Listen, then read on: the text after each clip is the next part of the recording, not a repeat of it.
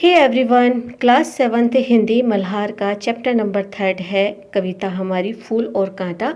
इसके लेखक अयोध्या सिंह उपाध्याय हरिऔध हैं। तो आज हम इस कविता की प्रसंग सहित व्याख्या करेंगे और साथ में इसके शब्द अर्थों को भी जानेंगे। तो चलिए स्टार्ट करते हैं हम अपने प्रसंग सहित व्याख्या को। तो यहाँ पर जो कविता का स्टैंजा आपको दिया है वो है जन्म लेते जगत में एक ही पौधा उन्हें है पालता, रात में उन पर चमकता चांद भी एक ही सी चांदनी है डालता, मेह उन पर है बरसता एक सी उन पर हवाएं हैं बही, पर सदा ही यह दिखाता है समय ढंग उनके एक से होते नहीं। तो यहाँ पर शब्दार्थ में जगत का मतलब होता है संसार, पालता का मतलब होता है पालन पोषण करना, पालने वाला, एक ही सी का मतलब होता है एक समान, चांदनी का मतलब होता है चांद की रोशनी, और मेह का मतलब होता है बादल वर्षा, और वही का मतलब होता है बहना। जो हवा होती है जब वो बहती है उसको कहा है बहना। और सदा का मतलब होता है हमेशा, और ढंग का मतलब होता है स्वभाव अथवा व्यवहार। तो यहाँ पर ये जो कविता की पंक्तियाँ आपको दिखाई गई, तो चलिए अब हम देखते हैं इसकी प्रसंग सहित व्याख्या को। और ये जो शब्दार्थ हैं आप अच्छे से समझ गए होंगे। तो इस कविता की जो प्रसंग सहित व्याख्या है वो होगी, प्रसंग लिखेंगे हम इसका कि प्रस्तुत काव्य पंक्तियां हमारी पाठ्य पुस्तक मल्हार में संकलित कविता फूल और कांटा से ली गई हैं। इसके रचयिता अयोध्या सिंह उपाध्याय हरिऔध हैं।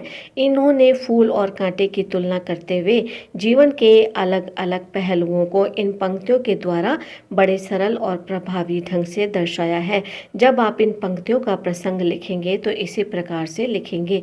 तो इन पंक्तियों की जो व्याख्या है, इनका जो मीनिंग है वो होगा कि कवि ने फूल और कांटे की तुलना करते हुए बताया है कि दोनों एक ही पौधे पर जन्म लेते हैं और वही उन्हें पालता भी है। एक ही पौधे पर जब फूल उगता है, फूल के साथ कांटे भी उगते हैं।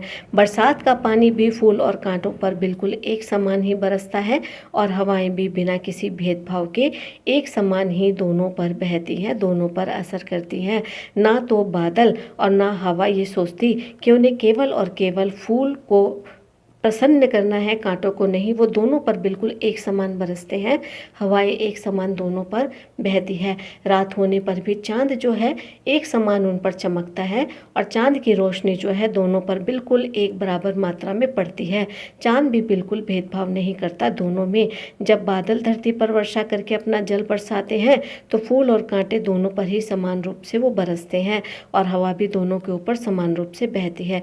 परंतु ये सब समान मिलने के बाद भी समय हमें क्या दिखाता है? समय हमें दिखाता है कि दोनों के स्वभाव और व्यवहार में बहुत ज़्यादा फर्क होता है। एक जैसी परिस्थितियों में पलकर भी फूल और कांटे के स्वभाव और कर्म में हमें भिन्नता देखने को मिलती है।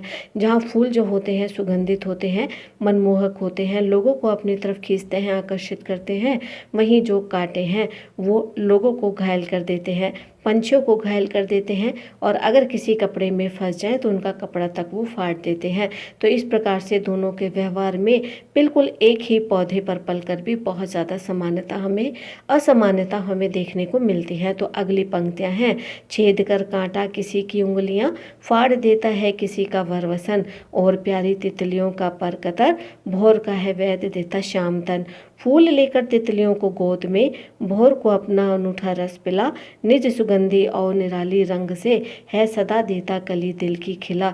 तो यहाँ पर जो ये पंक्तियाँ हैं, इनके शब्दार्थ को अगर हम देखें तो इनके शब्दार्थ में वर का मतलब होता है सुंदर, बसन का मतलब होता है कपड़े, पर का मतलब होता है पंख, कतर का मतलब होता है कतरना, भोर का मतलब होता है भंवरा, और वैद का मतलब होता है घायल, श्याम का मतलब होता है काला, और तन का मतलब होता है शरीर, अनूठा का मतलब होता है अद्भुत, और रस का मतलब होता है फूलों का पराग रस, फूलों का रस, और निज का मतलब होता है अपनी।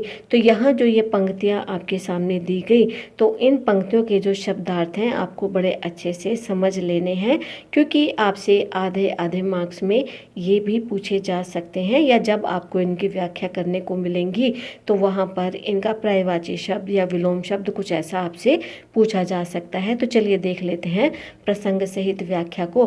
प्रस्तुत काव्य पंक्तियाँ हमारी पाठ्य पुस्तक मल्हार में संकलित कविता फूल और कांटा से ली गई हैं।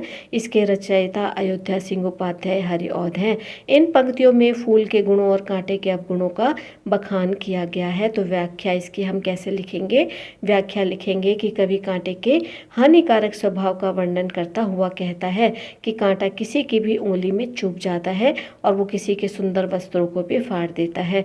जब तितलियां फूलों से आकर्षित होकर उनके पास आती हैं तो कांटा उनके पंखों को भी काट देता है, काले भंवरों के शरीर को भी वो घायल कर देता है। कहने का आशय यह है कि कांटों का जो स्वभाव होता है वो हमेशा से ही हानिकारक होता है। कांटा कभी भी किसी को खुशी नहीं दे सकता, वो केवल और केवल दूसरों को दुख देने के लिए ही पैदा होता है। वहीं दूसरी ओर कांटों के स्वभाव के विपरीत जो फूल होते हैं तितलियों को अपनी गोद में लेते हैं, वो भौरों को अपने अद्भुत रस का पान कराते हैं, यानी कि उनको अद्भुत रस पिलाते हैं। अपनी मनमोहक सुगंध और अनोखे रंगों की निराली छटा से सभी के मन को फूल प्रसन्न करता है और अपनी सुगंध और रंग बिरंगे रंगों से फूल हमेशा ही दिल में खुशी की कली को बिखेर देता है, खिला देता है।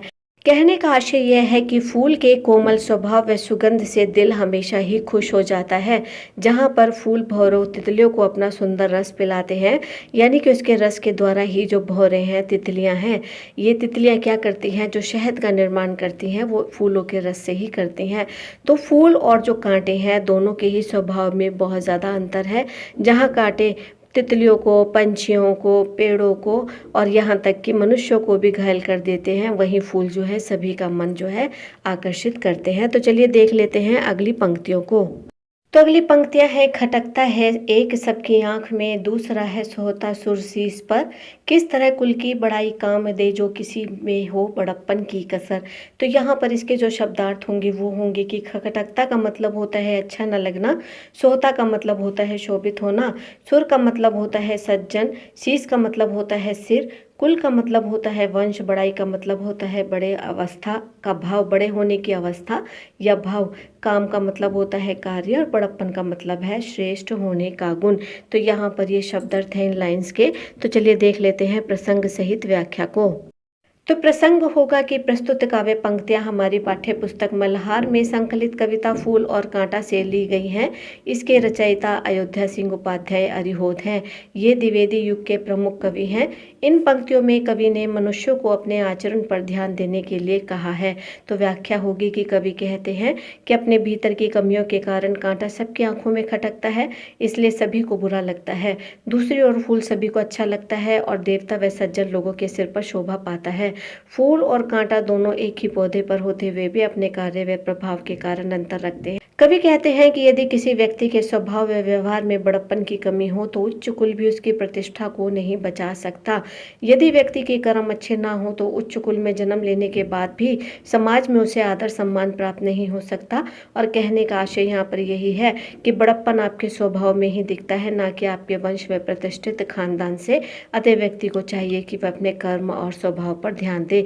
तो इस कविता में कवि क्या कहना चाहते हैं, वो यही कहना चाहते हैं कि जिस तरीके से फूल सबको अच्छा लगता है, कांटे किसी को अच्छे नहीं लगते क्योंकि उनके कर्मों के आधार पर ऐसा होता है। इसी प्रकार से मनुष्य को अपने कर्मों पर ध्यान देना चाहिए। ऊंचे कुल में जन्म लेने के बाद भी अगर उसके कर्म अच्छे नहीं तो वो लोगों को अच्छा नहीं लगेगा और उसे आदर सम्मान प्राप्त नहीं होगा।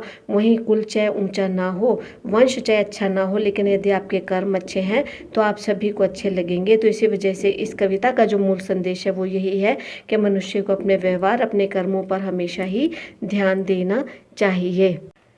तो स्टूडेंट, उम्मीद है ये प्रसंग सहित व्याख्या आपको बहुत अच्छे से समझ में आ गई होगी। वीडियो को लाइक, कमेंट, शेयर कीजिए, सब्सक्राइब कीजिए, नोटिफिकेशन बेल को प्रेस कीजिए, ऑल पर हिट कीजिए ताकि आने वाला हर अवेलेबल वीडियो आप तक पहुंचे। मिलते हैं हम आपसे अपने नेक्स्ट वीडियो में। Till then keep watching, stay connected. Thank you.